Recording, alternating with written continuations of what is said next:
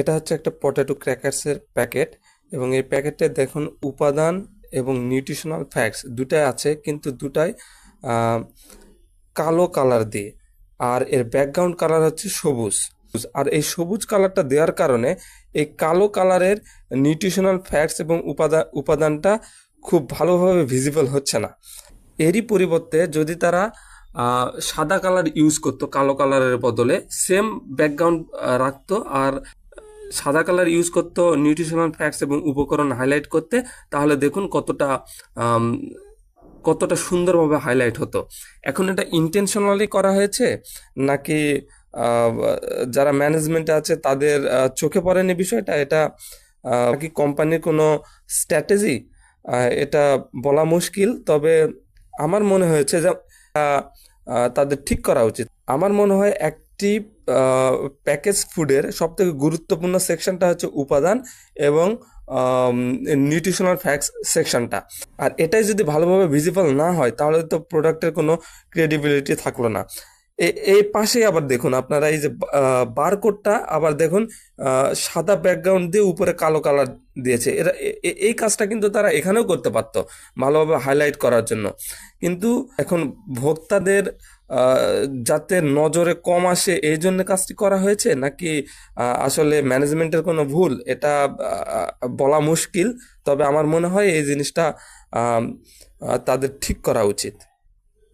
বিষয়টা কি এমন যে এমন কোনো উপাদান আছে এতে যা আহ, চোখে পড়লে কনজিউমাররা এটা কিনবে না?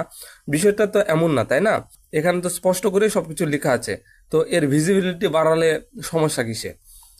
হয় লেখাগুলো হোয়াইট কালার দিয়ে প্রিন্ট করুন, অথবা এর ব্যাকগ্রাউন্ডে হোয়াইট কালার দিন এবং লেখাগুলো কালোই থাকুক। যেমন এই বারকোডটাই করছেন, এই দেখুন বারকোডটার ভিজিবিলিটি কত সুন্দর, সুন্দরভাবে দেখা যাচ্ছে। এই সেম কাজটাও কিন্তু আপনারা এখানেও করতে পারেন। তো এটা কোম্পানির উদ্দেশ্যে আমি বলবো, যদি কোম্পানির কোনো লোক দেখে থাকেন তাহলে এই কাজটা করতে পারেন। আর যারা প্রোডাক্টটি কিনবেন তারা অবশ্যই ভিজিবিলিটি ট্রান্সপারেন্সি দেখে কিনবেন এবং কিনছেন সেটা আম, দেখে কিনবেন, কারণ এটা আলটিমেটলি খাবে আপনার বাচ্চারা। সবথেকে বড় কনসার্নিং বিষয় হচ্ছে এই পটাটো চিপস বা ক্র্যাকারগুলো খায় কিন্তু বাচ্চারা। দেখুন এখানে বাচ্চাদের আকৃষ্ট করার জন্য বিভিন্ন ধরনের স্টিকার ব্যবহার করা হয়েছে। আর আমরা জানি সব থেকে বেশিরভাগ এগুলো খায় হচ্ছে বাচ্চারাই।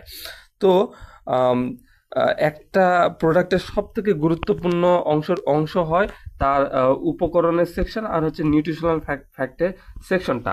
কিন্তু এটাই যদি ভালোভাবে কনজিউমাররা দেখতে না পারে, তাহলে ভিজিবিলিটি ভালোভাবে না থাকে, তাহলে তো এই প্রোডাক্টের কোনো ক্রেডিবিলিটি থাকে না। আমার মনে হয় এই জিনিসটা চেঞ্জ করা উচিত, কারণ তারা চাইলেই কিন্তু এই কাজটা করতে পারতো, যেমন এই বারকোডে করছে দেখুন। কিন্তু কেন তারা করেনি এটা তাদের একান্ত ব্যক্তিগত ব্যাপার। আমার মনে হয় যে এই জায়গায় আহ, এই পরিবর্তন চাইলেই করা সম্ভব, যাতে প্রোডাক্টের ক্রেডিবিলিটি নষ্ট না হয়, প্রোডাক্টের থেকে কনজিউমারের বিশ্বাস না উঠে যায়। তাই যেহেতু এটা বাচ্চারা সব থেকে বেশি খায়, তাই ভিজিবিলিটিটা সব থেকে ভালো হওয়া উচিত বলে আমি মনে করি। যেমন দেখুন প্রোডাক্টের ডিজাইনটা কিন্তু অনেক ক্যাচি, যে কোনো বাচ্চা দেখলেই প্রোডাক্ট নিতে চাইবে। কিন্তু ঠিক এর পেছনের অংশটুকুই সম্পূর্ণ 180 ডিগ্রি অ্যাঙ্গেল, যেটা সব থেকে গুরুত্বপূর্ণ সেকশন, পুষ্টি তথ্য বা নিউট্রিশনাল ফ্যাক্টস এবং উপাদান লিস্ট, এটাই সব থেকে কম হাইলাইট করা হয়েছে। কিন্তু অন্যান্য সবগুলো জিনিস বেশি হাইলাইট করা হয়েছে। আমার মনে হয় বাংলাদেশে এই প্রোডাক্টগুলোর ট্রান্সপারেন্সি আরও বেশি থাকা দরকার, যেহেতু এগুলো বাচ্চারা সব থেকে বেশি খায়। কনজিউমার হচ্ছে বাচ্চারা, কিন্তু এখানে বায়াররা হচ্ছে তাদের বাবা মা বা গার্জিয়ানরা।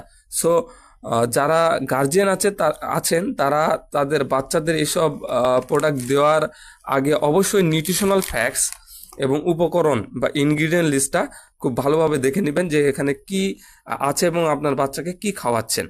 কোম্পানির কোনো দোষ নাই, কোম্পানি তো এখানে লিখেই দিয়েছে যে কি কি আছে কি কি নেই, দিয়েই দিয়েছে। কিন্তু এটা আপনাদের দায়িত্ব, আপনারা আপনাদের বাচ্চাদের কি খাওয়াচ্ছেন।